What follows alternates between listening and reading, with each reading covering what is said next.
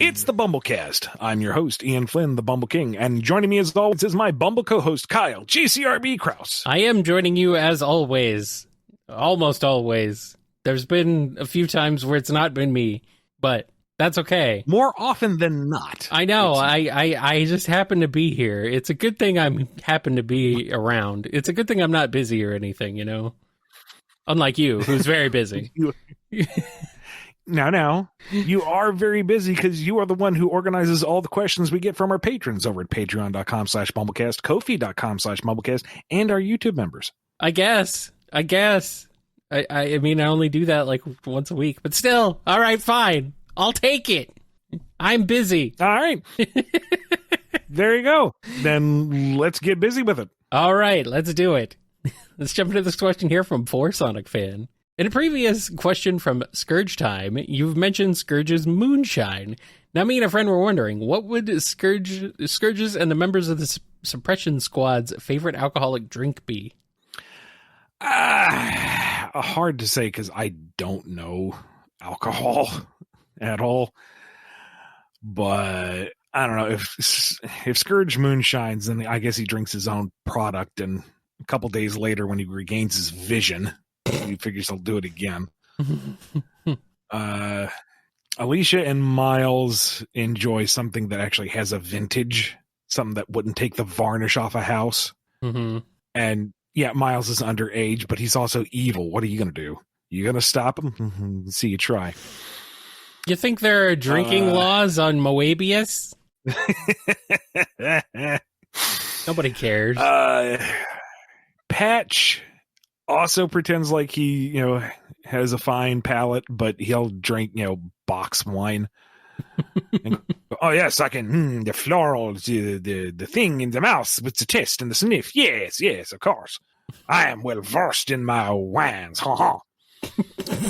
And Boomer takes the moonshine stuff and distills it into something that's actually drinkable, like without worrying about burning your intestines. Okay, Boomer. Boring.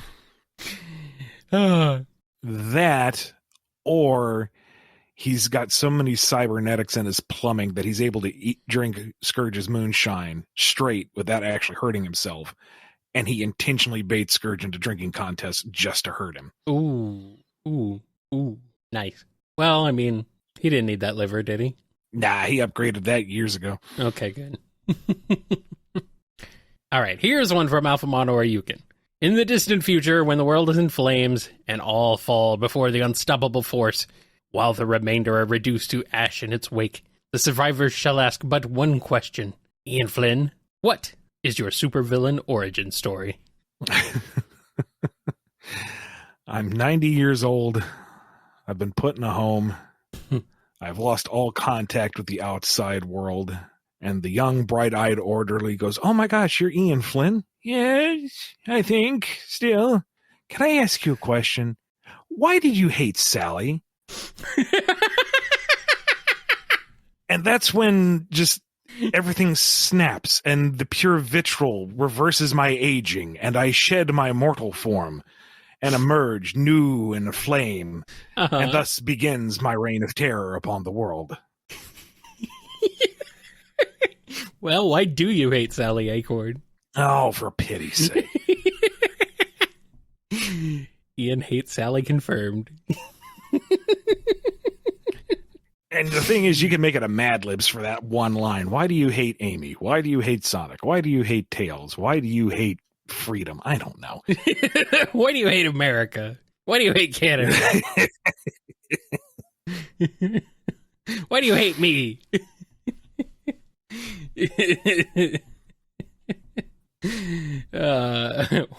Why do you hate Mega Man? Oh, I haven't heard that one. At least not in a while. No. Oh, boy. That leads us into our next question from Anarchimation. I've always perceived Amy as a victim of prejudice. I remember discussions online where people were bringing down Amy, and I've also seen others claim that Amy is an easy target for hate too. I want Sonic Team to acknowledge how much people forsake Amy, call her worthless shipbait, a literal running gag, or an annoying menace. How much Amy has to work in order for people to respect her, what privileges that she loses that Sonic and the rest get, and how inadequate and alienated she feels. Imagine she could be running the restoration, and there'll still be people snickering in the back, outright saying, "Why don't you just die?" Or Tripper laughing in her face, jeering her, asking, "Think Sonic has any time for you?" A kid could be wearing one of those Sonic hats, then hides it the second she comes. Is that too much to ask from Sega? Okay, number one, Amy is not a real person. She is a cartoon character. She is a product. She cannot be persecuted. Folks may not enjoy her character. Folks may not enjoy that product. And that's okay. People can also enjoy her a lot. And that's also okay. But to actively invent scenarios to create straw men just to be torn down, that's not worth anybody's time. If you enjoy Amy for who she is and what she does, that's fine. And do that. And those who don't interact with them. It's really that simple. Don't go looking for the hate. Go with the groups that enjoy her and what she does and enjoy that product together. Reasonably, within limits. Like Scourge's moonshine.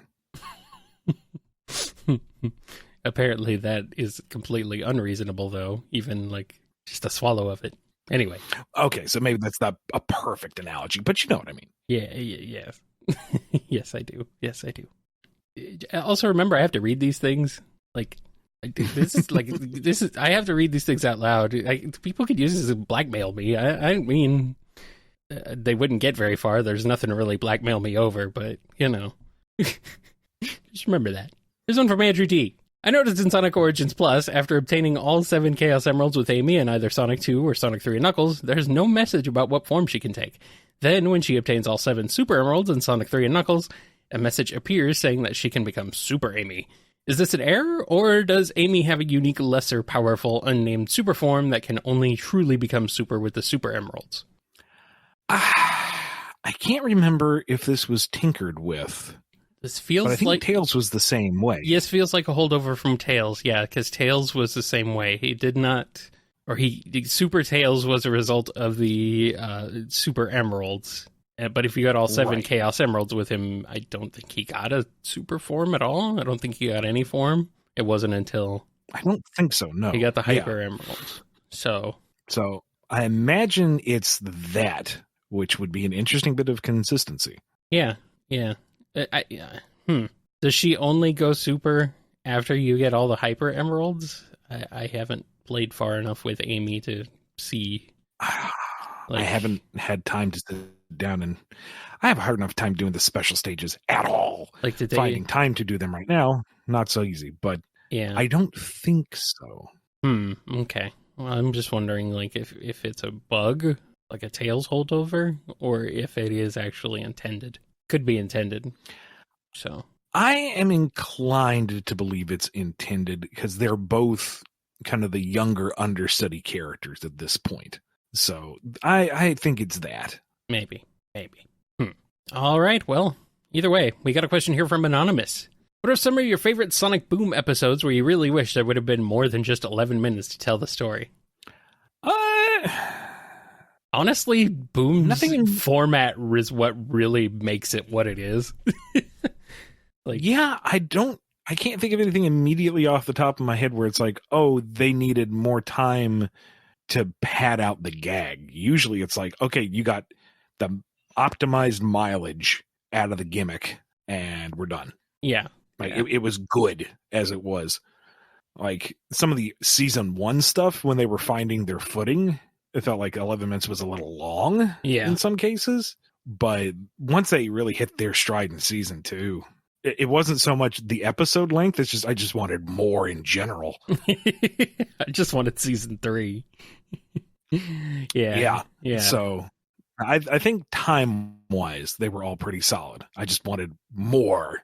Yeah. I think the 11 minutes really suits the type of show that Boom is.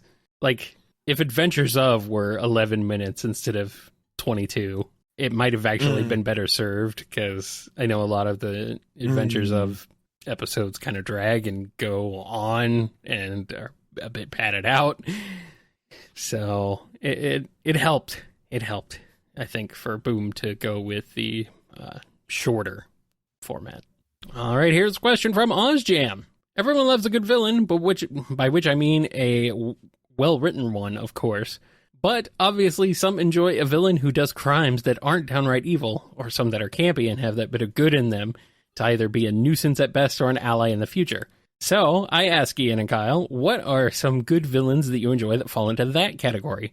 Along with that, how do you, Ian, approach writing that type of villain archetype without going overboard in flanderization, but also not try to make them do horrible things that are ignored by our heroes?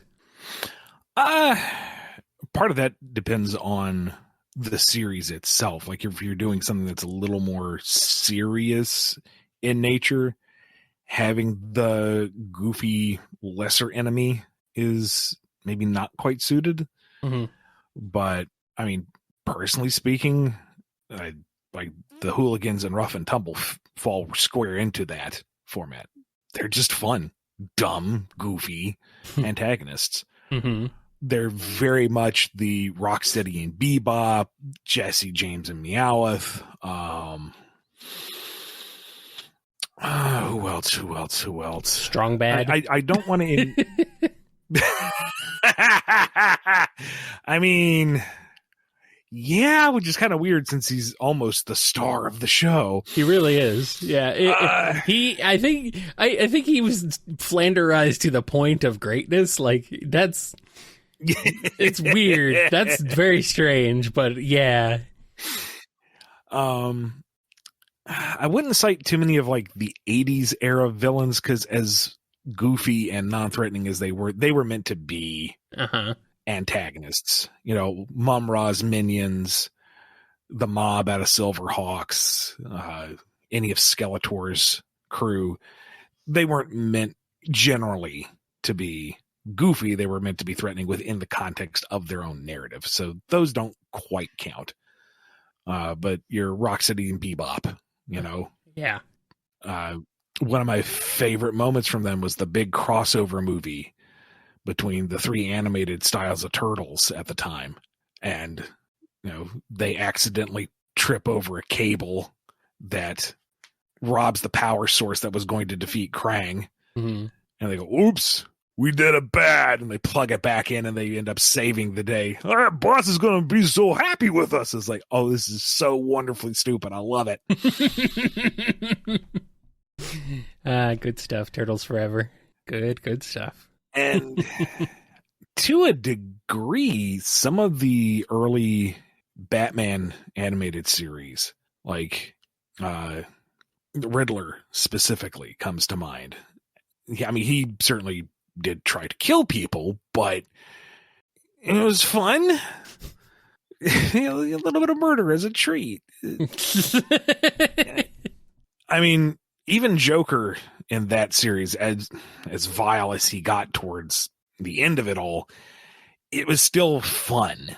And not like some of the more recent incarnations where it's like, oh, we're going to make him especially grim and edgy and threatening. It's like, yeah, but he's not fun. I mean, that's one of the reasons why I enjoy Nolan's interpretation of the characters, that he was that kind of fine line, you know, grounded, serious, edgy, but he was still kind of funny. Like, you want to see a magic trick? And like bangs the guy's head into the pencil. It's like, oh, that's gruesome, but also kind of funny in a dark way. I don't know. Yeah. It's to handle that kind of villain in a series, you have to be aware of what your target is for the whole series.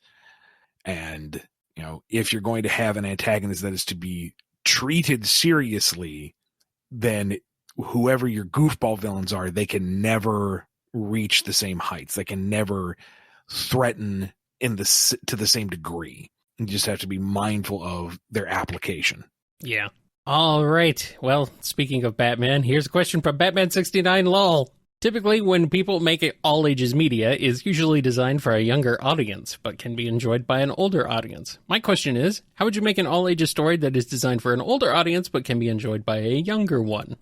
Write the adult version and just take out all the swears and the blood and the sex and the violence. Well, then what do you have? An all ages thing designed for adults. If you take out all the blood, sex, and the violence, then what's left? You have the character interactions, you have the stakes of whatever the adventure is, you have the themes and the language that you use.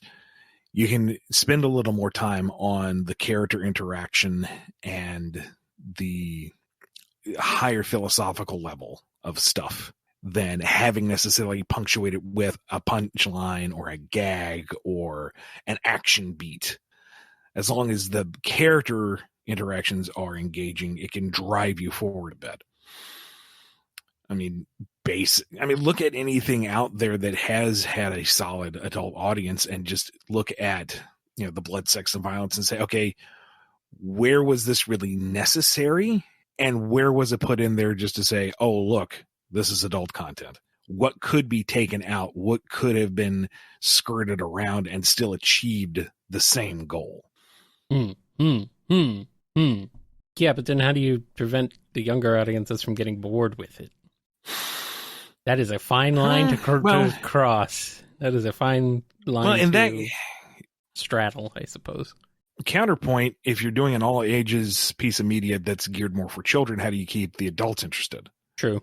And the answer is you don't, because you're already aiming for the kids. If you can grab the adult audience too, great. So conversely, if you're doing an all-ages piece of media that is geared more for an adult audience, if you can't retain the child audience, well, that's not who you were aiming for anyway. But if it's accessible to them and it's something that your adult audience can bring in, then bonus. Maybe. All right. Well, let's go ahead and move on to this one from Cali Calico 728. Sage goes to Cream's house for a play date / tea party. How does it go?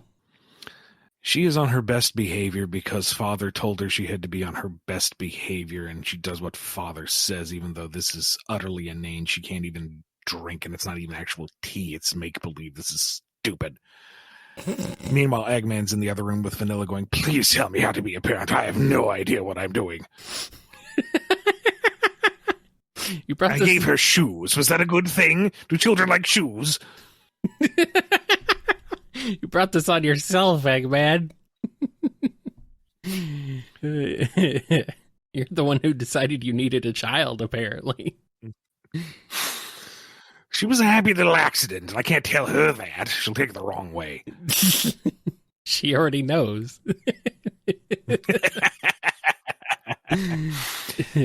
Cream, meanwhile, is perfect hostess. She's been trained well by Vanilla. Oh, she's going to be absolutely wonderful and delightful, and Sage will just kind of roll with it while rolling her eyes. I feel like Sage would eventually kind of get into it. Eventually. She'd like it more than she'd let on. Yes. She tries to be cool, but she's not cool. Her after action report, it was utterly inane. They conversed with inanimate objects. They drank imaginary tea. She was forced to consume these easy bake oven delicatessens. She was literally counting the seconds until they could finally disengage from the operation. But, it's only one data set. To have a proper understanding, she'd have to go back at least 2, maybe 3 times. When can they do this again? Turns out Cream is just too likable. Nice. Chow Researcher has a question. In IDW Sonic issue number 7, Metal Sonic mentions how his rebelliousness was removed from his coding. Despite knowing this, Sonic simply sets Metal Sonic on the loose in issue 12. This seems cruel. What was Sonic and Tails' reasoning for not reprogramming Metal Sonic like they did with Gemerald? Well, Gemerald was devastated. He had to be more or less rebuilt. He was in a different state. And 2, different relationship. Like, General was the new kid on the block. They didn't have that understanding. Sonic's understanding of Metal Sonic is far more personal and deeper rooted. Metal Sonic's pursuit of something more is more understood and better defined than General, who was just like battle droid. So giving Metal Sonic that opportunity to try to expand was what Sonic was going for. And as far as he knew, Eggman was gone. That there was no one else that could make Metal an actual threat. There was no Eggman Empire to serve. So if he had nothing to do, if there was no parameter of someone to serve, maybe he could expand a little bit. And then Starline showed up and ruined all of that. Thanks, Starline. Here's a question from Conga. Given that Imperator Ix is the last male character to receive a real super form back in Sonic Chronicles, unless you want to only count canon games, in which case it's Silver in Sonic 06, or to be pedantic and count Mighty and Ray in Sonic Mania Plus. Out of all the original male characters in the current IDW series, who do you see as the most likely to get a super form, and what color would their super form be? It does not have to be through the Chaos Emeralds. For example, Kit goes super with the family-size Hypermints bag. I feel like this one may be tougher to answer, so you can include game characters if you feel like it. I mean, if you want to be super pedantic, Mighty and Ray's super forms aren't really canon. They're more of a gameplay gimmick. But who would be the next male character to get a super form? I don't want to, for the spirit of the question, I don't want to go into the equivalency territory. Like, back in the Archie days, we had Overclock Nicole, which totally wasn't a super form because you can't have super forms other than the hedgehogs. No, Overclocked was totally different. Wink, nudge. So, dunking Kit into a water tower and saying he's now perfect Chaos Kit. I feel like that's too easy and out. Then anybody can get some kind of super form because then you just find the excuse to give him a power up. So full on, grab your emeralds, transform into some kind of golden god. And the question is, like, who deserves it? Like, what would they gain thematically? What would be where is the hype moment in there? And I want to go with Knuckles. And before you say, wait, he did go super, it's the canon on that is fuzzy. Tails as well, although I think he's a little further down the chain. But like a straight up, no argument, either Chaos Emeralds or Master Emerald path, just indisputable Super Knuckles would be cool. Just give my boy that moment. What about the original IDW male characters, though? That's what the question is. Oh, I missed that one. Yeah. Well, he did say game characters. He also did say you can include game characters if you feel like, but I'm just trying to think who would go. I don't know if we need a super Starline. I feel like having the Tricore is already pretty. Like Mimic, it's not his style. No. To be, glittering and overpowered. It's not what he would do. Rough and Tumble would be funny, but it feels like that's almost like Super Saiyan 3 Gotenks. At that point, the power becomes a joke. I almost feel like sullying the transformation. Yeah. Mm-hmm. Clutch, maybe, but again, doesn't really feel like his style. Yeah. He isn't really on the front lines. He's a manipulator from the background. As a desperation move, maybe? Like, they corner him, and he's like, well, I didn't want to do this, but wha-bam! Come at me. That might work. And yeah, Kit, maybe also kind of like a back into a corner type of thing. Surge is trying to go super, misses out, looks like she's in peril, so Kit decides to go full Super Saiyan on it. That's a maybe. Starline would make the most sense to me, given how much he understands the meta narrative and his history with working with the Warp Topaz and other arcane sources of power, I could see him trying to grant the super form for himself to use it properly, so to speak. Color-wise, if the games are anything to go by, everyone just kind of becomes an extremely luminous version of themselves. Like they are the light source. So whatever they are at a base color would just become very oversaturated, or I guess desaturated pastel version. The hedgehogs are different. The hedgehogs all get some variation of kind of gold to them, but everyone else seems to just kind of glow. Mm-hmm. Mm-hmm. Well, I think we all know the real answer. Kip, the capybara. I mean, when you're right, you're right. Yeah, pretty much. No. Okay, I'm gonna. Oh, this is gonna be kind of a cheat. Okay. But Scrapnik Island 2. Okay. The Scrapniks are all in deadly peril, and Scrapnik Mecha goes full on super again to save all his little robot brothers and sisters. Okay, fine. Yeah, Danny, if you're listening, that's for free. Run with it, baby. Oh, I'm sticking with Kip. My boy Kip. Let him go super as a treat for having to try and teach Sonic how to drive.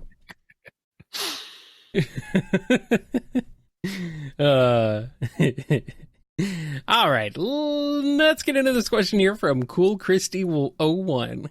In RG Sonic the Hedgehog comics, can you fill me in on what happened between issues 90 and 131?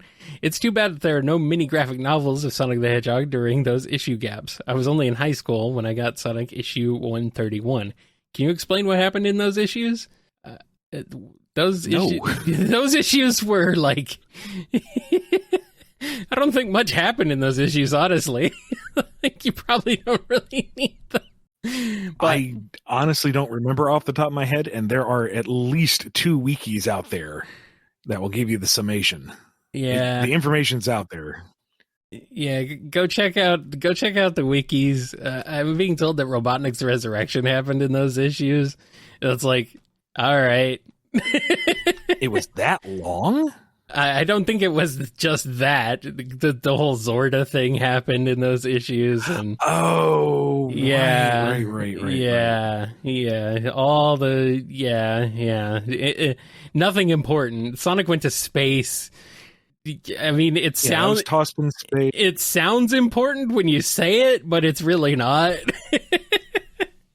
Okay, so just again, go to the wikis because that'll be more informative. But okay, if 90, a whole lot of, if 100 was the whole ultimate villain arc that never went anywhere, a whole lot of relationship drama happened. I know that was in like the 120s. That sucked. Like, yeah. So somewhere between 90 and the early hundreds, Knuckles died. Yeah, but he got better.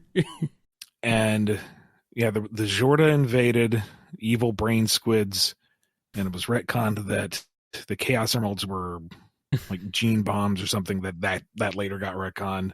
Point is, all humans and furries all come from the same gene source. Knuckles was green for a Sonic while. 2.5 years, I remember that. Oy.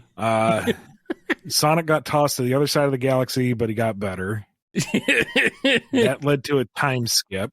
Uh-huh. Everybody got light redesigns. Oh, that's when they introduced the whole Antoine is an Antoine thing. It's where it started, at least. Antoine is an Antoine. Antoine is Antoine. Isn't well, okay. He was. Is not Antoine. Is that what you were? Okay, yeah, okay. Yeah. The whole patch angle. Right. Oh boy, here comes Aaliyah with her encyclopedic knowledge and memory of this stuff. Yeah, I wasn't going to get into all that. Why not? It's so dumb and a lot of people don't know about it. That's why I don't want to get into it. What are we getting into? What have we gotten ourselves into, Ian? We're not getting into all the nitty gritty of it. It's just there were some big status quo shifts, and that's about it. and then nothing happened. See, I'm not quite sure, because 125 was the whole quantum dial and invasion stuff. And then it was like 5 or 6 issues of Sonic being in space, and then New Knothole. So I guess 131 would have been around the time we got to Angel Island and Infinitivus, maybe?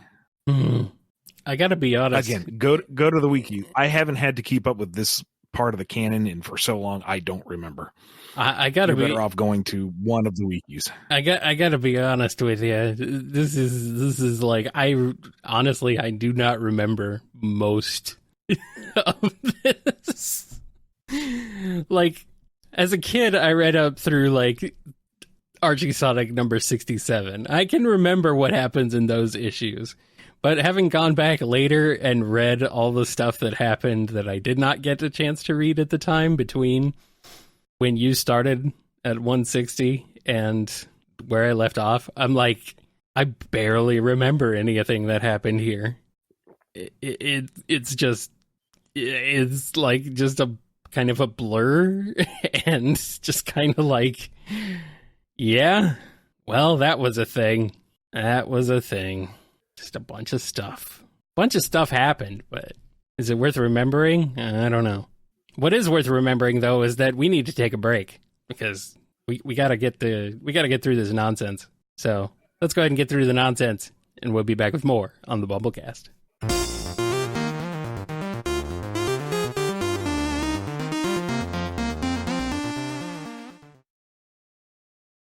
We're back. We got a question from Dev. With Sonic Superstars releasing soon and Origins plus Manual inserted into Plus, I was just curious if we're going to go back to character bios in-game, or at least inside game cases again for Sonic games. I don't know about you, but I love reading about the characters in the game regardless of how many times I've read about the basis of who they are, and of course, love reading about the new characters in the games. I have no idea. That is up to the dev team and I guess marketing team and whoever it is who puts those together. I'm going to say that there will probably be no manuals except for like special editions, because manuals cost a few cents extra and we can't have that. So I'm going to say you're probably not going to be seeing any sort of manuals with character bios physically in the game cases, but I mean, they might be in the games. Here's a question from Dove.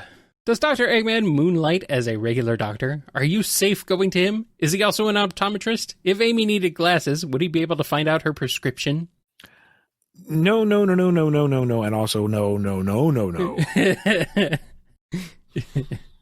maybe like, Boom I don't... Eggman. Maybe. Vaguely. Like Maybe. I could see that as like the premise for one episode. It's another Boom episode. Both of them, I think, would result in the same thing, just won't be played for laughs. Yes. In that he prescribes mechanical prosthesis for everything. Well, yeah. You know, I have a cough. Here, I'll put you in a badnik. Or in the Boom version, he just has people walking around in portable iron lungs. You know, Amy needs glasses. Now she's wearing one of those giant optometrist goggle things with the little individual lenses. Would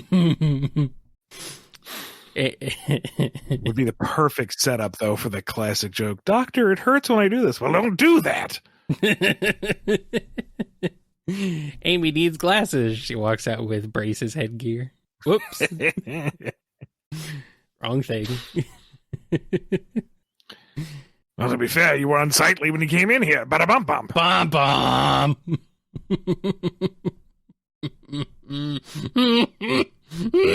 You're running out of patience. I know these people are incorrigible. I like how medical doctor Boom Eggman is just Groucho Marx. I mean, yeah. All right, here's a question from E2 Under Paragon. Regarding the Jurassic Park bit, how would the IDW cast respond to the manifestation of the Indominus Rex from Jurassic World? Side note, cheesing the fight is not allowed. You have to play it straight. Sorry, big worshippers, or I guess bigots? No, it's not the fan. We're not calling them that. That is not the fan name for for big fans. No. We prefer calling ourselves big heads. Thank you very much. All right, real quick, let me look up which stupid thing the Indominus Rex was. Are you saying these Jurassic World movies were dumb? Super dumb. Oh, they were, yes. Oh, in a fun way in some places, but yeah. I do not. Yeah. I mean, the Indominus Rex is pretty cool, but it's still just it's the super form of the T-Rex, basically. is that the one that could turn invisible? I don't remember. Yes. Okay, I'm being told yes. And it was able to take over the Velociraptors because it was just that much of a swagger alpha. I guess. Yeah. Yeah. Okay. Yeah. It's yeah. I mean, as stupid as it is a fairly accurate commentary on the industry itself, and if they could create something purely driven by marketing nonsense, they would. So I can't really toss out the whole concept. But anyway, so you got a hyper intelligent, camo-inducing, big ol' meat eater fighting the crew. And to be honest, if we're gonna go Jurassic Park rules, some folks would get it. That just would happen. Mm-hmm. Sonic would eventually be able to take it down. He's fast enough. He's got the power behind it. But, there would be a few unfortunate casualties along the way. Yeah, but not the main cast. Couldn't eat any of them. No tasty knuckles. Or at least he would get eaten, but then punch his way out. Ew. You're not going to tell me that's not cool, though. Well, yeah, but yeah. Yeah. All right, here's one from El Technopada. Something that bothered me was the missed opportunity of the character Eve. What would you do with her in the Archie reboot and in IDW?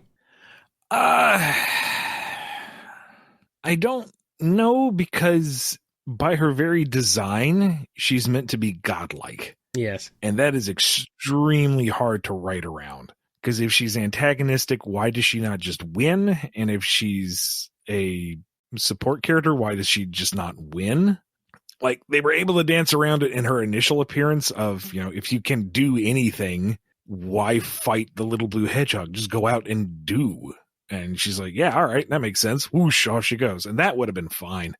And her second appearance, I don't even remember, outside it was drawn by Don Best. And I think it was another one of those base level logic things. And she was like, oh, wait, okay, I'm going to implode or something like that. It was. So the idea of a perpetually evolving counterpoint to Sonic is neat. But we've seen that in Metal Sonic and Emerald and Germinal to a degree. So we've already kind of tread that ground. And if we want someone who is a enforcer for Eggman with a familial bond, we saw that with Mecha, and we're getting that with Sage. So that's already been done. If given the opportunity, I would kind of pass. Maybe somebody else can come up with a clever way, but I don't really see a need for Eve as she is. And, it's okay. She's gone. Ah, yes. More Silver Age-esque nonsense. Just what we need. Oh, Eve. Why does Eve look like Mother Brain from the Captain N cartoon? You'd have to ask Patrick Spaziante. I mean, if she hadn't gone so far in her first appearance, it might have been a more tenable character trait. Mm-hmm. But she went from base level badnik to transcendent consciousness in 20 pages. There's no putting that genie back in the bottle. And she either looks like that Mother Brain or Andross's brain from Star Fox 64. I'm not sure which. Why not both? Either way, it's yeah. She flew into the sun and died. It's so weird. Archie Sonic. So weird. Here's one from Exidel. Are Central City, Station Square, and Westopolis all different cities?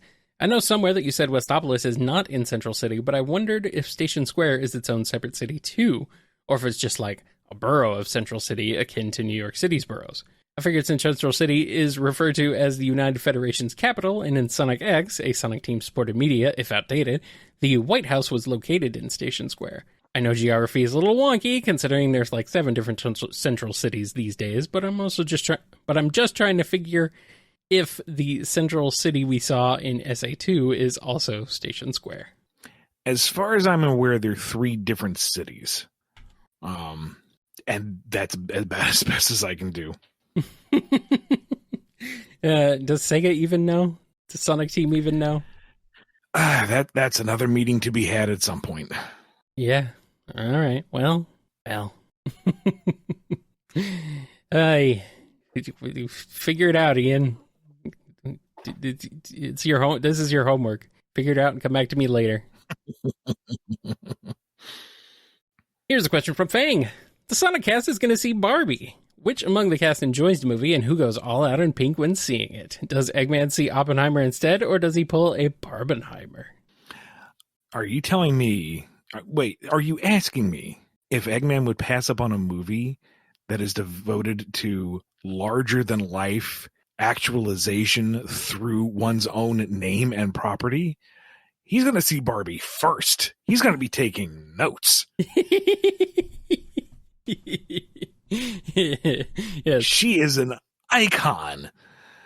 Any idiot can build a bomb, but she lives a brand. She is the brand.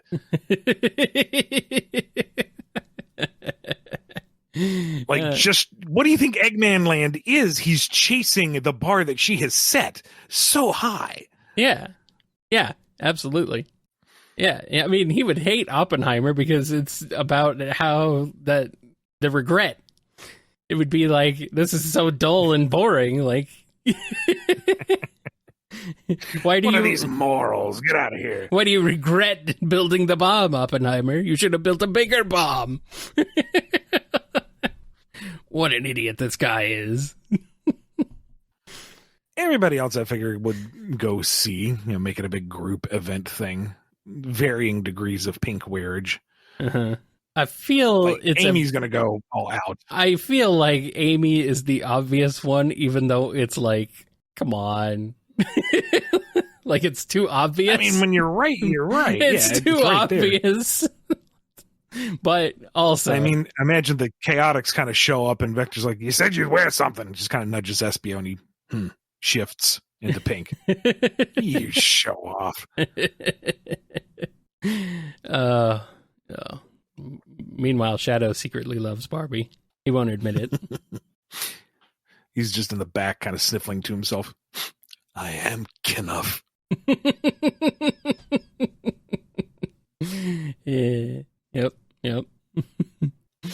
He Shadow loves it secretly. He'd never admit it. Not a million years. All right. Here's a question from GeoKnuckles. Who's more similar to Amy? Pinky, Momo, or Uravity? Honestly, I'd say she's kind of a fusion between the 3. Or the 3 of them are aspects of Amy? Or defusions of her? Yeah, that's right. I don't know. Like, what Pinky are they talking about? Pinky from Pinky and the Brain? I mean, that's the only Pinky I can think. Pinky from My Hero Academia. Oh, okay. Like, they're not the same? Amy has... No, very much not. Oh, darn. Sorry, Bray, but I think I can fit out that leotard.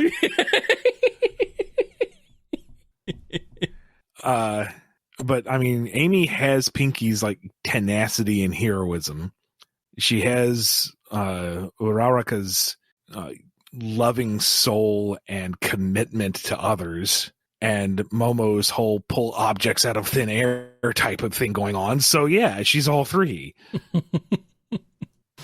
And don't at me in the comments. I know Momo doesn't pull out of thin air. The whole thing about her quirk is manifesting the molecules and blah, blah, blah, blah, blah. The joke is just there, weapon in hand from nothing. Run with it. I mean, essentially, it's from nothing. Essentially. Doesn't matter how you explain it. It's still essentially what it is. Anyway. Here's one from Hatok. Even if it's mostly a joke, I really enjoy the softer depiction of Shadow in the takeovers and murder of Sonic. So I was wondering, if you were put in charge of a small, low-key comic showing another side of Shadow, what direction would you take it? Trying to stick in that vein, try to hit the same notes. Shadow isn't someone who is openly friendly or gregarious, but he, works off to the side for the betterment of others without making a big deal of it. The type of thing where Cream didn't get what she wanted on Christmas, but oops, there's a surprise package in black and red wrapping paper, and it's from Anonymous. It's totally Shadow, and it's that one thing that she wanted. Mm-hmm. Or, nobody came to Rough and Tumble's birthday party, and he just kind of shows up and hangs out. Doesn't make a big deal out of it, doesn't explain himself, but, he's present, and they have a day, and then he goes off or something. Don't necessarily take the edge off, because that's kind of what sets him apart from Sonic. Is Sonic is friend to everybody, and Shadow isn't. But just take off that whole grumpy, I don't have friends nonsense. It's just very understated. Let his actions speak for him. Yes. Oh, he's growing up. They grow up so fast, Ian. Never mind that he's been around for over 20 years. And 50 years before that. And no, hold on. And then however many years it was before that, before he was put in the tube. Man, Shadow's old. I don't think it was very long. Besides, he was asleep for most of those 50 years. Yeah, I mean, I wish I could be asleep for 50 years sometimes. All right, here's a question from Heroes Squad. Do the first and third IDW Sonic sagas have any names? Officially, I don't think so. I like to call the first one Neo Metal Sonic's Revenge, and like to think of the third one being like everything post Metal Sonic up through Starline losing his fight. So, kind of the fallout of Metal Virus and everything to do with Bell and all of Starline's personal arc. I like to think of that as Eggman's legacy. All right. Well, I guess that would be where Imposter Syndrome fits in. So is Imposter Syndrome just like a sub saga? Maybe. It's part of that. Kind of like how Tangle and Whisper would be part of. Yeah. I guess technically Metal Virus. Metal Virus. It's like the transition between the two. Something like that. Yeah. Yeah. It's in that sort of nebulous time period.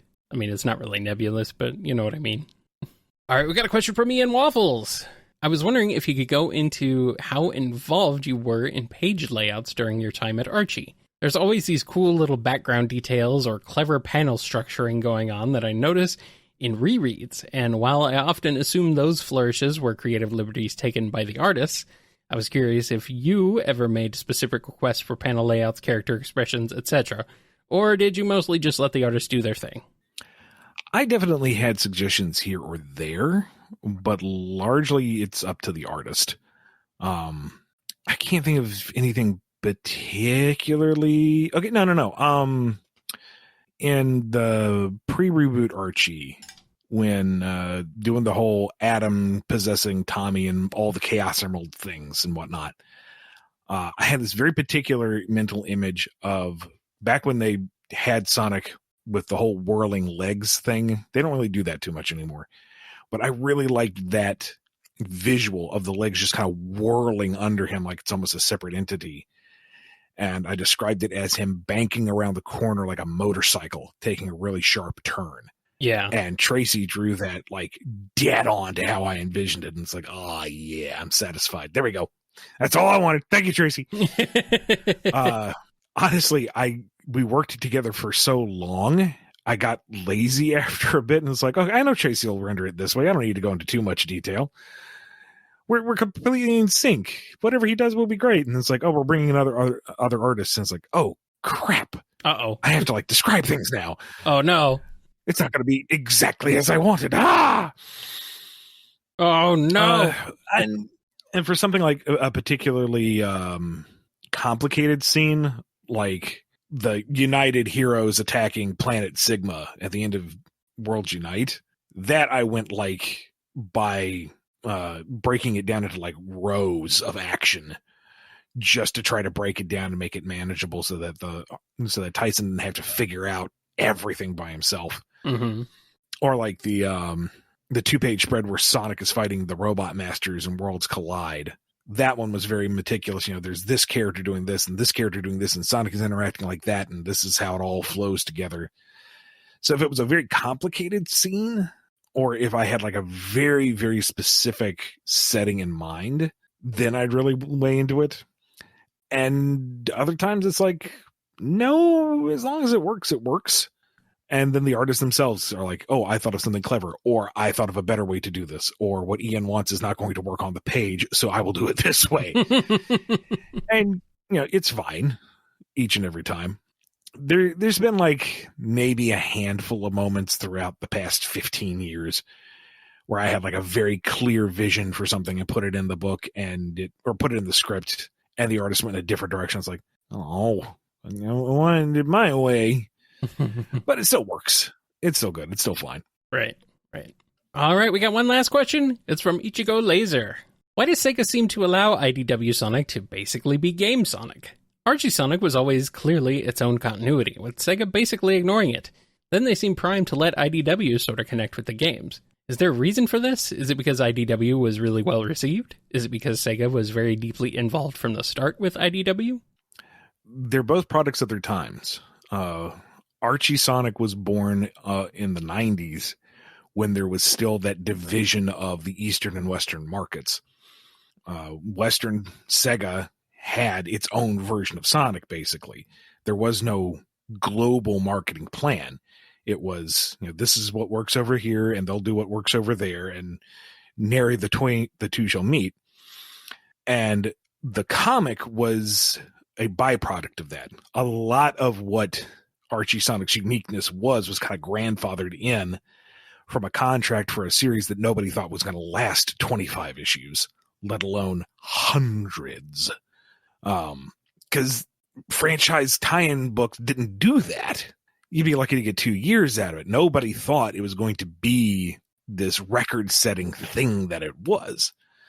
So, after the consolidation of the brand in the turn of the millennium, there was a bit of friction because there was the singular vision of Sonic now, but you had these outliers like Fleetway and Archie Sonic that didn't quite fit, but they also were kind of established, so it was hard to just say no to those. And that's where a lot of the consolidation with the main brand came in, which kind of coincided around the time I was coming onto the book, which is a bit of a happy coincidence. Mm-hmm. With IDW Sonic, this was new contract with a new consolidated goal for the material, and completely different kind of working relationship with Sega of America, Sega of Japan, and with the licensor, which is IDW, or licensee. So they're different books. They're different business arrangements. They're different company philosophies. They're different brand strategies. They're completely different creatures. Yeah. And Sega seems to have a bit more of a hand in what IDW is doing. And I mean, Sega globally, not just not just Sega of America. Although apparently Sonic Universe was seen over by Sega of Japan, I guess. Which that was a weird thing where it was weird. After a point, regular Sonic was just going through Sega of America for approvals, but Sonic Universe, being the new title, had to be overseen by the Japanese team specifically. Same company, same arrangement, same creative team in a lot of cases. And nope, it's a different product. Therefore, it needs to be closely monitored. Yeah, and yet there were a lot of elements of universe that were just like the same as the main comic. So it's like, or even like new elements that just, I don't know. It's very weird knowing that. So, but yeah, it makes some sense that over time there would be more oversight. Like back in the early days, it was just like, yeah, whatever, just here, have the license for these video game that we made. Here you go, here it is. And then later on, they're finally like, okay, well, we need to watch what's going on with this. So, all right. Speaking of watching what's going on with this, I think we've had enough. We need to watch our time, and our time is now to leave because we're done. This wraps us up for this episode of the BumbleKast. Be good to yourselves, be good to each other, and we will see you next time on the BumbleKast. You don't have to be good to yourselves or to each other if you don't want to, but we'd strongly recommend it. We got some interesting things today. Nothing that far out of the pale. No, it's nothing we haven't. It's nothing we've not encountered before, but it's just like, yeah. And we will encounter it again and again till the end of time. Is that how long we're going to do this show? It seems like it. We kind of have to. It pays the bills. Well, for now, until people get tired of us, and then they leave unmasked. I mean, Gendo Ikari could turn us all into the giant sea of Tang tomorrow, and there would still be questions floating within the juice. Maybe we won't have to do this forever, Ian. Maybe. I doubt it, but maybe. Well, even if I won the lotto tomorrow, I'd kind of miss the show, Yeah. It is a fun show. I don't know if I could ever retire. So what do I do with myself? Yeah. Not all the Bumbles are related. Why not? Yet. Keep it up. Maybe I'll pull a Gendo Ikari. No. Once everyone's Bumble Tang, no one can be not Bumble Tang. No. Kyle, get in the fucking recording robot. Uh-oh, Ian said the word. Kyle, will you edit it? I guess I have to.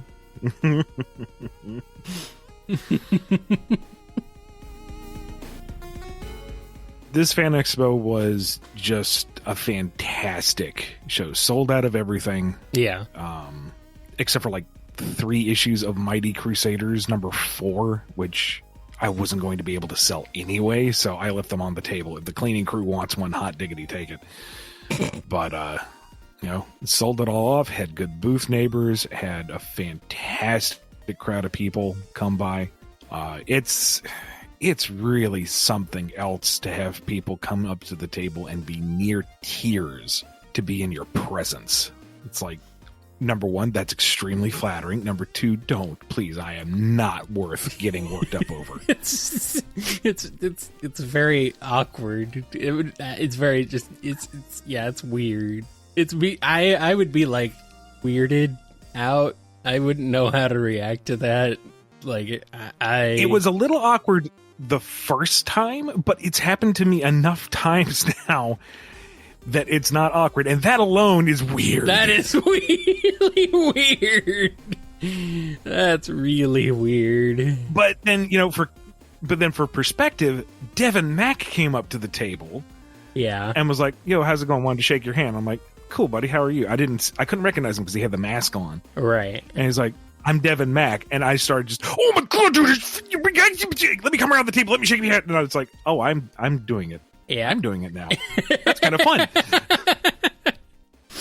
I mean, it took you a second to Scruffy, you were fine. It took you a second to realize who I was the first time. Yeah, I remember the uptake. And then I remember your reaction to that, and I was like, "Whoa, all right, hey." It's just me. Calm down. So that was funny. I know, Scruffy, you were super cool. You were super fun. I felt really bad that the first time you came by the table, I had to almost immediately move on to other folks because we had a little bit of a line starting. I was like, no, Scruffy, come back. They're just clients. It's you. But I was glad you were able to come back. I was glad you were able to meet Aaliyah. And no, that was a good time. Come back. Come back, Scruffy. Come back. Wow. It was also kind of fun seeing the table neighbors, see this level of fandom.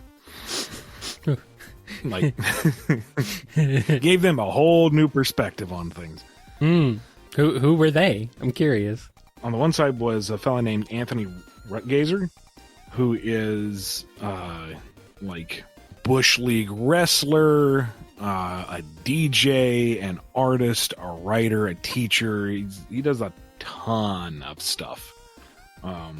And he had a lot of really good off the cuff pitches trying to flag people down and pick up stuff. Mm-hmm. And just generally a cool dude. And then the other guy was Michael Dara, who is a storyboard and concept artist for a few minor things you may have heard of, like Handmaid's Tale, Game of Thrones, It. Yeah, I don't know any of those. No. Never heard of them. I thought the most impressive thing about his story was that he actually got a job through LinkedIn. Oh, yeah, that's rare, but it can happen. But yeah, he caught a lucky break and seized upon it and got into the network and rode that wave. So good on him. Nice. Nicely done.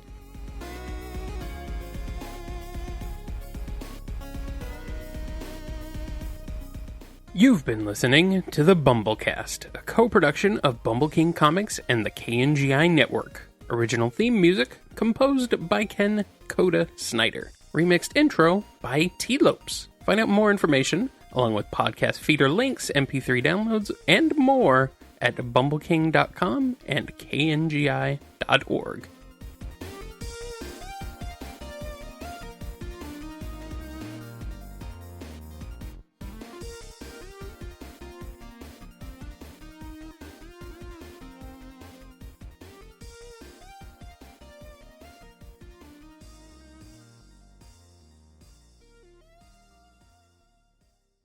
But back when we used to do, the actual Archie booths, Mm-hmm. and would get in for free or whatever, well, so to speak. So we would kind of, semi-work at the Archie booth, more or less, to get in the show, and would have to deal with a lot of Archie fans, which in most cases was just kind of a matter of, here, enjoy your Archie books, give me money, go away, thank you. This guy came over and he was picking through the Archie books and grabbing a bunch of Jughead related stuff. And he's pointing at Jughead and going oh, Jughead eats so much, but he always stays so skinny. How come that? How does that work out? Ha ha ha. And it's oh, I guess he has a pretty good metabolism. I don't know. I'm exhausted here. What do you want from me? And it was a switch flipped. He just went, no! Metabolism doesn't work that way! Look how many burgers he eats! He just went the hell off! I'm just, oh my god, dude! I don't even work on these! Just buy your damn books and leave me alone! So I'm just he's a cartoon character! Go away! It was scary! Someone should not be that loud and intense. So, you know what? I don't really miss having to deal with people that up front. It was okay at this show that I just kind of sat at the back and took a nap behind the curtain. Good idea. I don't know how Jughead's metabolism works.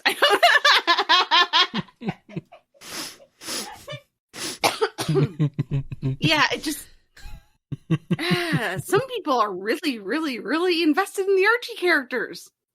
Really, seriously invested in the Archie characters. And I don't work on those books. It's not my problem. Anyway, I don't feel like typing, so that's me telling that story. I'm going to go sit now because I'm sore. Bye-bye. Bye. Aaliyah Baker, ladies and gentlemen. Yay. Give her a hand. Yay. Yay. Yay. I think she's told that before, but that was a long time ago. There's a lot of new people now. They probably never heard that one before. There are lots of good stories. Yes. Lots of bad stories. Oh, yes. Lots of Oh, yes. stories in general. Oh, yes.